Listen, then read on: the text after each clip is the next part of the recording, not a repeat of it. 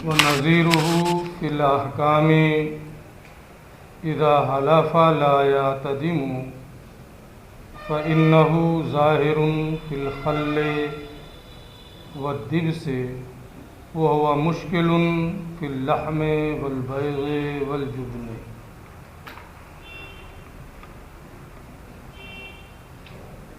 مشکل کی تعریف انہوں نے ماسبق میں بتا دی ہے کہ جس میں پوشیدگی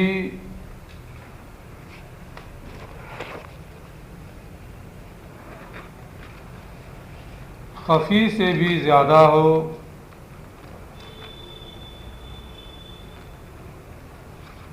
سامع پر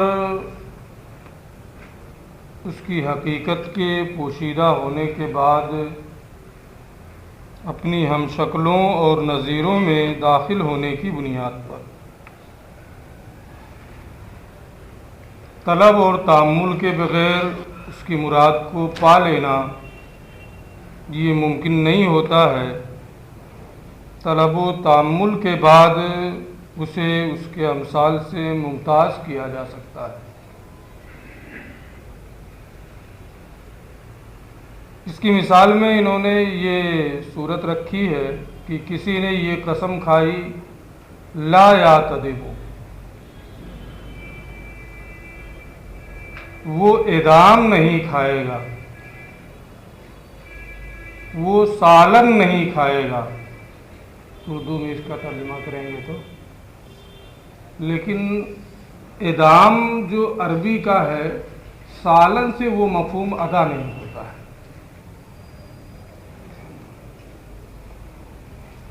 کیونکہ اعدام جو عربی کا لفظ ہے لا یعتدم جو بولتے ہیں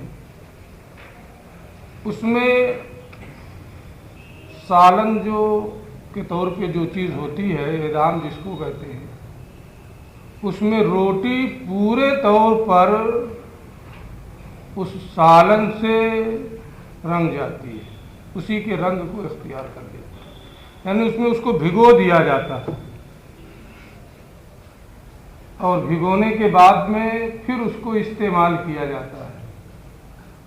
ہم اور آپ یہاں جو سالن استعمال کرتے ہیں کم ہی لوگ ایسے ہوتے ہیں یا ایسا سمجھتے ہیں کہ روٹی کو اس میں ڈال دیں اور پھر نکال کر کے کھاتے رہیں، ایک ایک لقمہ توڑتے ہیں اور سالن سے کھاتے رہتے ہیں، یہ طریقہ ہوتا ہے۔ تو اس میں روٹی جو سالن ہم لوگ کھاتے ہیں اس میں روٹی سالن کے رنگ میں رنگ جائے، اسی کی حقیقت کو اختیار کر لے، پورے طور پہ اسی میں ہو جائے، ڈبو دی جائے، یہاں ایسا ہوتا نہیں ہے۔ ہاں کچھ چیزوں میں ہوتا ہے، کچھ چیزیں بنتی ہیں، دیکھو کیا نام اس کا ہے، عورتیں اس کو عام طور پہ سونٹ بولتی ہیں، سونٹ کھایا ہے کبھی؟ اس میں عام طور پہ کیا ہوتا ہے کہ سونٹ بنانے کے بعد روٹی اسی میں ڈال دی جاتی ہے، قاعدے سے بھیگ جاتی ہے، پھر اس کے بعد میں اس کو کھاتے ہیں۔ بلکہ صرف عورتیں نہیں کھاتی ہیں، جن کو بھی خون وغیرہ کی دقت ہوتی ہے، انفیکشن ہوتا ہے خون میں اور بھی کوئی دقتیں ہوتی ہیں تو اس کا وہ استعمال کرتے ہیں۔ تو اس میں یہ ہوتا ہے کہ اب اس کی طرح سے کوئی دیکھیں جیسے سونٹ کھاتے ہیں اس کی طرح سے سالن کھاتے ہیں، گوشت، دال اس کی طرح سے کچھ لوگ کھاتے ہیں لیکن وہ بھی توڑ کر کے اس میں ڈالتے ہیں، سیدھی سیدھی روٹی نہیں ڈالی جاتی اور سونٹ میں پوری سیدھی سیدھی روٹی ڈال دی جاتی ہے۔ تو اعدام میں وہی معنی ہوتا ہے جو سونٹ والا معنی ہے۔ اب اس کا ترجمہ اگر سالن کریں تو سالن سے اس کی حقیقت پورے طور پہ ادا ہو رہی ہے۔ جو ہمارے ذہن میں سالن کا ایک مفہوم بنے گا اس سے اعدام کا ترجمہ جو ہے اگر سالن سے کر رہے ہیں تو وہ مفہوم ادا نہیں ہوتا، لیکن مجبوری ہے، اس کے علاوہ کوئی لفظ نہیں ہے اردو میں کہ ہم اس سے اس کی تعبیر کریں۔ بولیں گے سالن ہی، لیکن سمجھنا آپ کو یہ ہے کہ جہاں ہم اعدام کا معنی سالن بولیں گے وہاں معنی یہی ہوتا ہے کہ روٹی اس کے رنگ میں رنگ جائے، اس میں ڈال دی جائے پورے طور پہ اسی کی صورت اختیار کر لیں. ہاں توڑ توڑ کر ڈالے تب بھی وہ معنی آ جائے گا, قریب ہو جائے گا بہت زیادہ, ہے نا. جیسے کیا نام ہے, مئو کا کوئی ہے اس میں, مبارک پور میں بھی ہے, کچھ امبیڈکر نگر کے اس حصے میں بھی ہونا چاہیے. انگشتی بنتی ہے اس علاقے میں, باقی علاقے کو شاید کوئی نام ہی سنا ہو, باقی لوگ نام بھی نہیں سنے ہوں گے. اس میں بھی یہی ہوتا, روٹیاں توڑ کر کے باضابطہ گوشت میں, سالن میں اس طرح سے ملا دی جاتی ہے کہ روٹی اور گوشت میں امتیاز نہیں ہوتا. دیکھا ہے, مبارک پور اور خاص طور سے مئو میں زیادہ مشہور ہے. مبارک مئو کی زیادہ مشہور چیز ہے انگشتی, تو اس کو بھی یہ شامل ہے. ارے کھلا تو کبھی ان لوگوں کو جب جانتے ہو تو بہت مہنگی پڑتی ہے. اگر انگشتی بنوائی جائے ڈھنگ سے بہت مہنگی ہوتی ہے. کیوں بہت مہنگی؟ عام آدمی اس کو نہیں بنوا سکتا ہے, نہ کھا سکتا. اتنی گھی اور یہ وہ دنیا بھر کا سامان بنواتا ہے, تو ایک عام آدمی اس کو نہیں بنوا سکتا ہے. لیکن بنواتے ہیں جو لوگ بڑے لوگ ہیں, بنواتے ہیں. تو اس پہ بھی اعدام کا استعمال ہو جائے گا. اسی کو سوچ کر کے جو تم نے پوچھا ہے, میں نے یہ کہا کہ وہ قریب قریب ہو جاتا ہے. اگر نہیں دیکھا ہے, یہاں ہے تو کبھی دیکھ لو, اس کو ضرورت پڑتی ہے. یہ ساری چیزیں معلوم رہنی چاہیے. جو ہوتا ہے ان کی ضرورت پڑتی ہے کبھی سمجھانے کے لیے, بتانے کے لیے.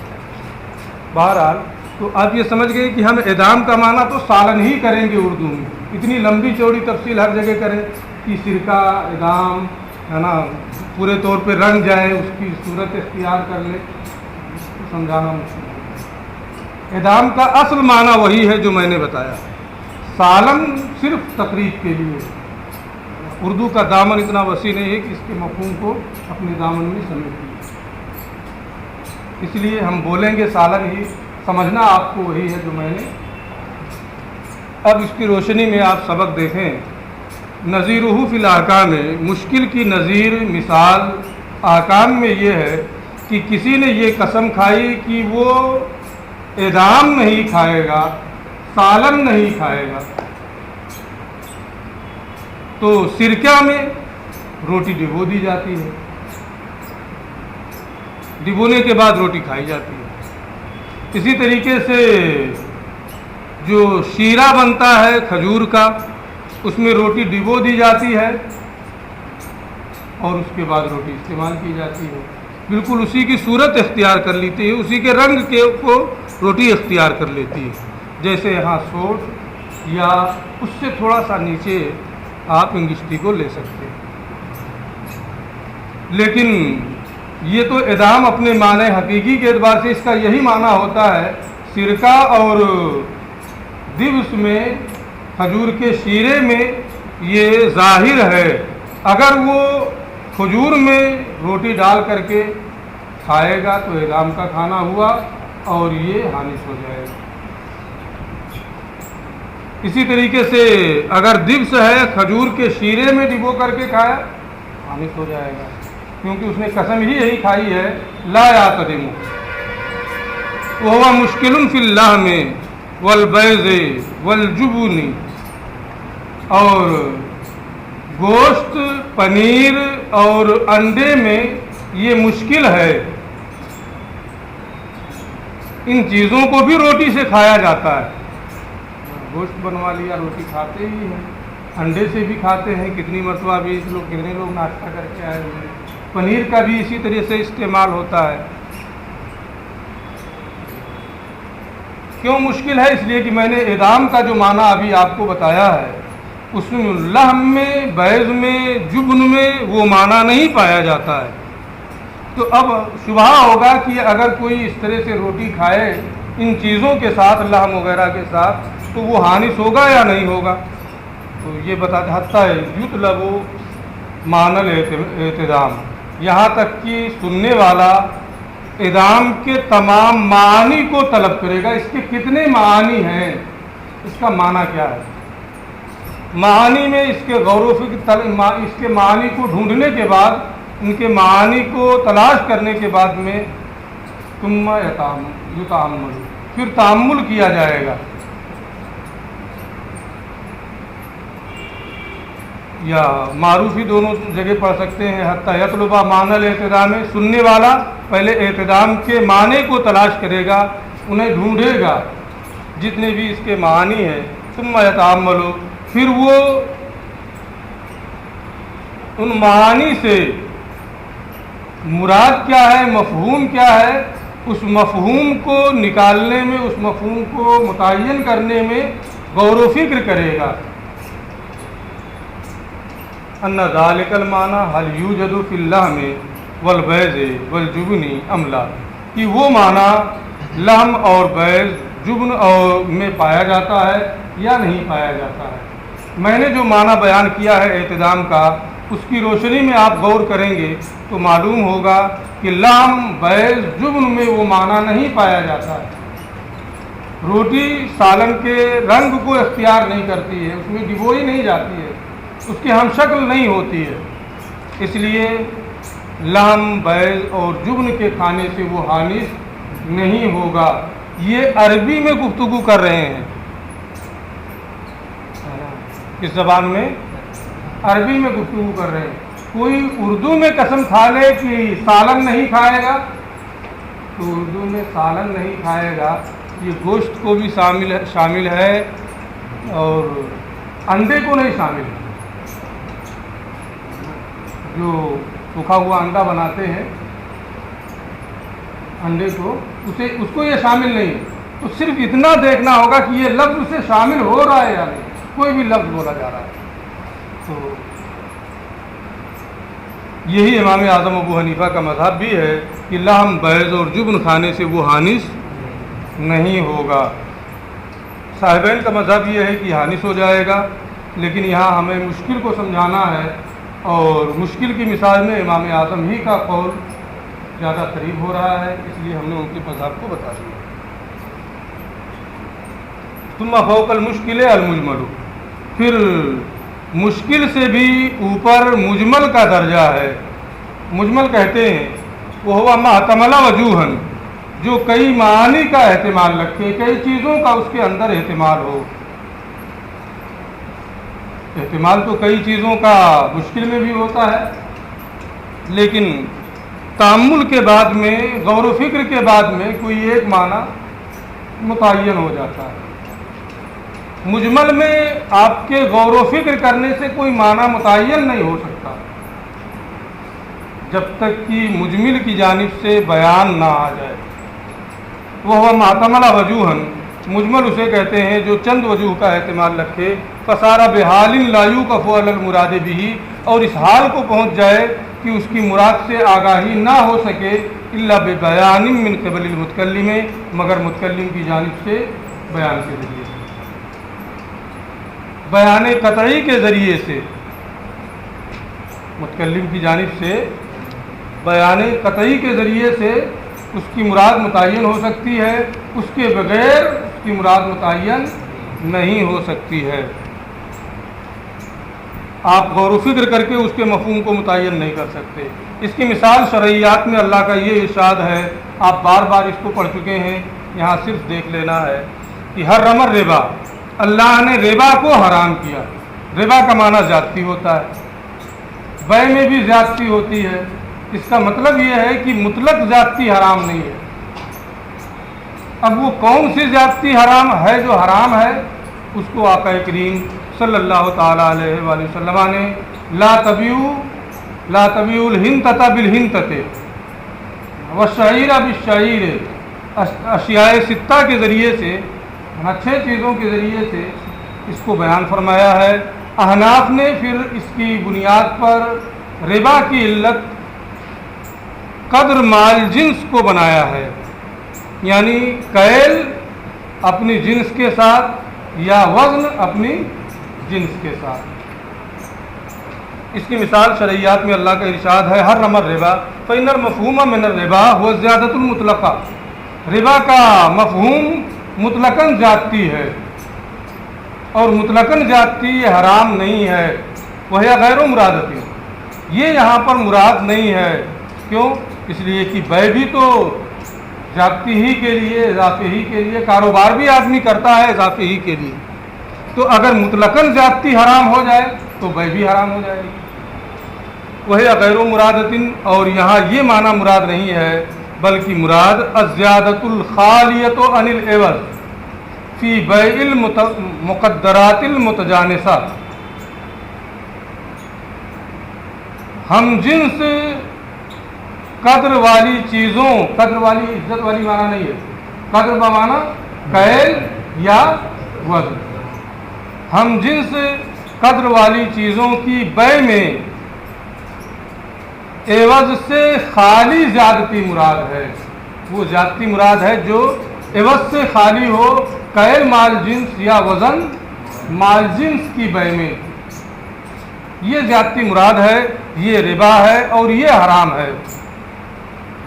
اس کے علاوہ زیادتی کی جتنی صورتیں ہیں وہ سب کے سب کیا ہیں؟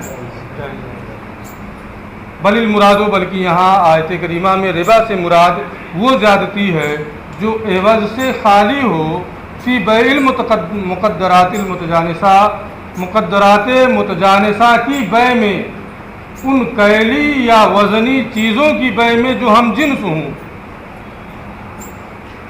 اس میں جو عوض سے خالی ہو وہ زیادتی مراد ہے. اب اس معنی کو حرم الربا سے سمجھنا کہ اللہ نے ربا کو حرام کیا، یعنی کیل مال جنس یا وزن مال جنس میں جو چیز عوض سے خالی ہو اس کو اللہ نے حرام فرمایا ہے. آپ غور کرتے رہیں، آپ کی سمجھ میں نہیں آئے گا. رسول کریم واللفظ لا دلالتہ لہ علی ھذا، لفظ کی اس معنی پر دلالت نہیں ہو رہی ہے، ہماری سمجھ سے بالا تر ہے. ہم نہیں سمجھ پا رہے ہیں کہ لفظ کی کیسے اس معنی پر دلالت ہو رہی ہے. لیکن جن پر قرآن نازل ہوا ہے، جو تعلیم کتاب و حکمت کے لیے آئے ہیں، انہوں نے اس کا معنی بیان کیا. فلا ینال المراد بالتامل، تو جب لفظ کی دلالت ہی نہیں ہو رہی ہے تو تامل سے اس کو پایا نہیں جا سکتا ہے، اس کو حاصل نہیں کیا جا سکتا ہے. اسی لیے بیان رسول کے بیان کی ضرورت پڑی. انہوں نے لا تبیع الدرہم لا تبیع الحنطۃ بالحنطۃ والشعیر بالشعیر والملح بالملح والذهب بالذهب الی آخر الحدیث کے ذریعے سے اس چیز کو بیان فرمایا. اور یہ مجمل کی جانب سے مجمل کا بیان ہے، پھر ہم کو معلوم ہوا اس کے مطابق عمل ہو رہا ہے. مشکل سے زیادہ مشکل میں کیا ہوتا ہے کہ تأمل کر کے سیاق و سباق میں غور کر کے معنی کو حاصل کر سکتے ہیں، معنی مراد متعین ہو جائے گا. لیکن مجمل میں سیاق و سباق، غور و فکر، تأمل کچھ بھی آپ کرتے رہیں، جب تک مجمل کی جانب سے بیان نہیں آئے گا، شارع کی جانب سے بیان نہیں آئے گا، اس وقت تک مراد تک نہیں پہنچے. جو پوشیدگی ہے، جس نے پوشیدگی رکھی ہے، اس کی جانب سے بیان آئے گا، اس وقت آپ کو آگاہی ہوگی، اس سے پہلے آگاہی نہیں ہوگی. ثم فوق المجمل ہے، پھر مجمل سے بھی زیادہ پوشیدگی میں بڑھ کر متشابہ ہے. مثال المتشابہ، متشابہ کی دو صورتیں ہوتی ہیں کہ ایک تو اس کو سمجھنا ہی، اس کے معنی کو بالکل نہ سمجھا جا سکے، معنی ہی اس کا نہ معلوم ہو. الف لام میم، الف ایک حرف ہے، لام ایک حرف ہے، میم ایک حرف ہے.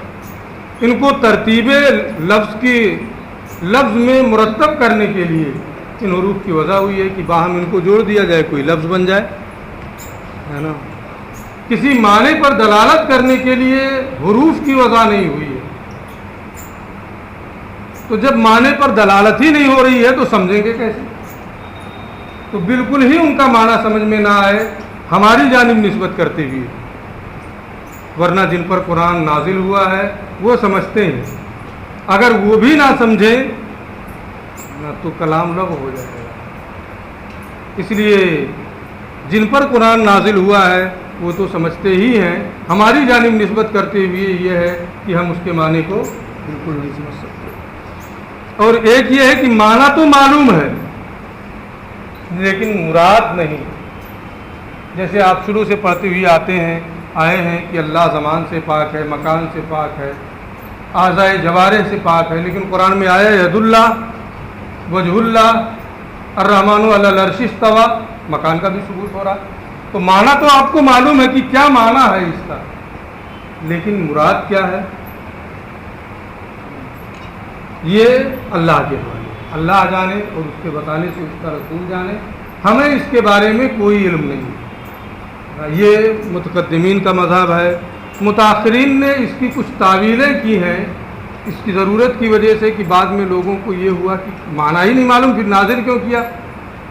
اس لیے ایسی تعویل جو وہاں آیت کے مناسب ہے کر دی گئی ہے، لوگوں کی تفہیم کے لیے، لوگوں کو سمجھانے کے لیے، اس کا معنی نہیں بتایا گیا، اس کی صرف کچھ تعویل کر دی گئی ہے، کچھ تفہیم کر دی گئی۔ پھر مجمل سے بڑھ کر پوشیدگی میں متشابہ ہے۔ متشابہ کی مثال حروف مقطعات ہے اور صورتوں کے شروع میں۔ وہ حکم المجمل والمتشابہ، مجمل اور متشابہ کا حکم اعتقاد و حقیت المراد بھی، اس سے جو بھی مراد ہے اس کے حق ہونے کا اعتقاد رکھنا۔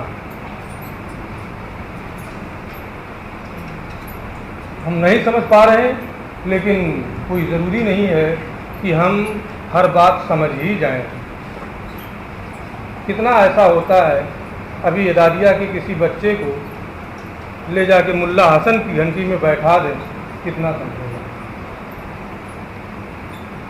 سمجھے گا؟ گھبرا کر کے 2 دن میں یا تو پاگل ہو جائے گا یا کہیں چلا جائے گا، ہوگا کہ نہیں؟ تو بسا اوقات ایسا ہوتا ہے کہ آدمی اپنے سے بڑے کی بات کو نہیں سمجھ پاتا۔ اللہ جو احکم الحاکمین ہے، جو سب کا مالک ہے، کوئی ضروری ہے کہ اس کی ہر بات انسان سمجھ جائے؟ کوئی ضروری نہیں ہے۔ ہونا یہ چاہیے کہ جیسے عام انسانی فطرت ہے کہ چھوٹا بڑے کی تمام باتوں کو نہیں سمجھ سکتا ہے، بلکہ یہ عام طبیعت اور عام مزاج ہے کہ اگر آدمی تعلیم کے میدان میں ہے تو اپنے استاد پہ اعتماد کرتا ہے، جو اس نے کہہ دیا اسے وہ صحیح مانتا ہے، اس کی سمجھ میں آئے یا نہ آئے۔ اس کی سمجھ میں بسا اوقات چیزیں نہیں آتی ہیں، لیکن اپنے استاد پر اعتماد کرتے ہوئے کہ استاد نے جب کہا ہے تو یہ صحیح ہوگا، تو اپنے بڑے کی بات کو نہ سمجھتے ہوئے بھی وہ صحیح مانتا ہے۔ تو اللہ کی بات، ہر بات میں لوگ وجہ کیا ہے، علت کیا ہے، نہیں سمجھ میں آتا ہے۔ سمجھ میں نہیں آتا تو کیسے اس پر عمل کریں؟ اللہ کا حکم ہے، سمجھ میں آئے یا نہ آئے اس پر عمل کرنا ہے۔ عام انسانوں کا یہ مزاج ہے، جب کوئی انسان اللہ کے بارے میں بدرجہ اولا یہی ہونا چاہیے۔ میں اس کی مثالیں اگر دیں تو بہت ساری مثالیں شاید تم لوگوں کو بھی بتائے ہیں، اس کی مثالیں کچھ تفصیل کیے ہیں، کسی جماعت میں بتائے۔ دنیاوی لوگ جو ہیں، جن کے جو اقوال ہیں کسی جماعت میں ہم بتاتے ہیں، اس کو جب کبھی موقع ملے گا۔ وہ حکم المجمل ہے، اور مجمل اور متشابہ کی مثال اعتقاد و حقیت المراد بھی، اس کی مراد کے حق ہونے کا اعتقاد رکھنا ہے، چاہے آپ کی سمجھ میں آ رہا ہو یا آپ کی سمجھ میں نہ آ رہا ہو۔ کوئی ضروری نہیں ہے کہ 4 ہی ظہر میں کیوں فرض ہے اس کی حکمت آپ کو سمجھ میں آ جائے، فجر میں 2 ہی کیوں ہے اس کی حکمت آپ کو سمجھ میں آ جائے تب 2 پڑھیں، کوئی ضروری نہیں۔ بس اللہ نے حکم دے دیا، فجر میں 2 ہی کا حکم دیا، مغرب میں 3 کا حکم دیا، ہمیں پڑھنا ہے، سمجھنا کوئی ضروری نہیں ہے۔ حتی یاتی البیان، جب تک بیان نہ آ جائے سمجھ نہیں سکتے ہیں، یہاں تک کہ بیان آ جائے۔ جب بیان آ جائے گا تو پھر اس کے بعد میں مجمل کو سمجھ سکتے ہیں، اور آخرت میں متشابہ بھی نہ آشکار ہو جائے گا، وہاں پر کوئی شبہات نہیں رہے گا۔ فصل فصل فیما یترک به حقائق الالفاظ، یہ فصل ہے ان چیزوں کے بیان میں جس کی بنیاد پر الفاظ کی حقیقتوں کو چھوڑ دیا جاتا ہے۔ حقیقتوں کو چھوڑنے کا یہ معنی نہیں ہے کہ معنی حقیقی کو چھوڑ کر مجاز مراد لے لیتے ہیں، یہ معنی مراد نہیں، بلکہ حقیقت کا جو فرد کامل ہے اس فرد کامل کو مراد نہیں لیا جاتا ہے۔ حقیقی معنی ہی ہوتا ہے، لیکن حقیقت کا فرد کامل مراد نہیں ہوتا ہے، بلکہ کوئی اس کا جز مراد ہوتا ہے، قصہ مراد ہوتا ہے، جس کو حقیقت کاسرہ سے یہ تعبیر کرتے ہیں۔ تو حقیقت قاصرہ سے، تو اس کا یہاں یہ معنی نہیں ہے کہ حقیقت کو چھوڑ کر کے مجاز کے معنی کو مراد لے لیا جائے۔ فصل فیما یترک بہ حقائق الالفاظ ہے، یہ فصل ان چیزوں کے بیان میں ہے جن کی وجہ سے الفاظ کی حقیقتیں چھوڑ دی جاتی ہیں۔ وما یترک بہ حقیقت اللفظ خمسۃ انواع، جس وجہ سے حقیقی لفظ کے حقیقت کو ترک کیا جاتا ہے، لفظ کی حقیقت کو چھوڑا جاتا ہے، اس کی 5 قسمیں ہیں۔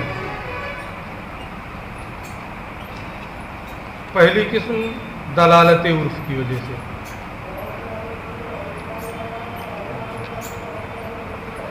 کہ الفاظ کو اسی لفظ کو اسی معنی میں استعمال کیا جاتا ہے اور وہی معنی اس لفظ کو استعمال کے بعد میں سمجھ میں آتا ہے۔ تو لفظ کو عرف میں جس معنی میں استعمال کیا جاتا ہے اور جو معنی اس لفظ کے استعمال کے بعد میں عرف میں سمجھ میں آتا ہے، اس کی بنیاد پر حقیقت کو چھوڑ دیا جاتا ہے۔ یہاں یہ نہیں ہے کہ تعامل کی بنیاد پر چھوڑ دیا گیا، لوگوں کا ایک عام رواج بن گیا اس لیے چھوڑ دیا گیا، بلکہ مراد یہ ہے کہ الفاظ لفظ کا استعمال ہی اسی معنی میں ہوتا ہے۔ احدھا ان انواع 5 میں سے پہلی نوع ہے دلالت عرف و عادت، عرف کی بنیاد پر، عادت کی بنیاد پر، یعنی اس لفظ کو اسی معنی میں استعمال کرنے کی بنیاد پر حقیقت کو چھوڑ دیتے ہیں۔ وذالک، اس کی وجہ یہ ہے کہ عرف و عادت کی دلالت کی وجہ سے حقیقت کو چھوڑ دیا جاتا ہے۔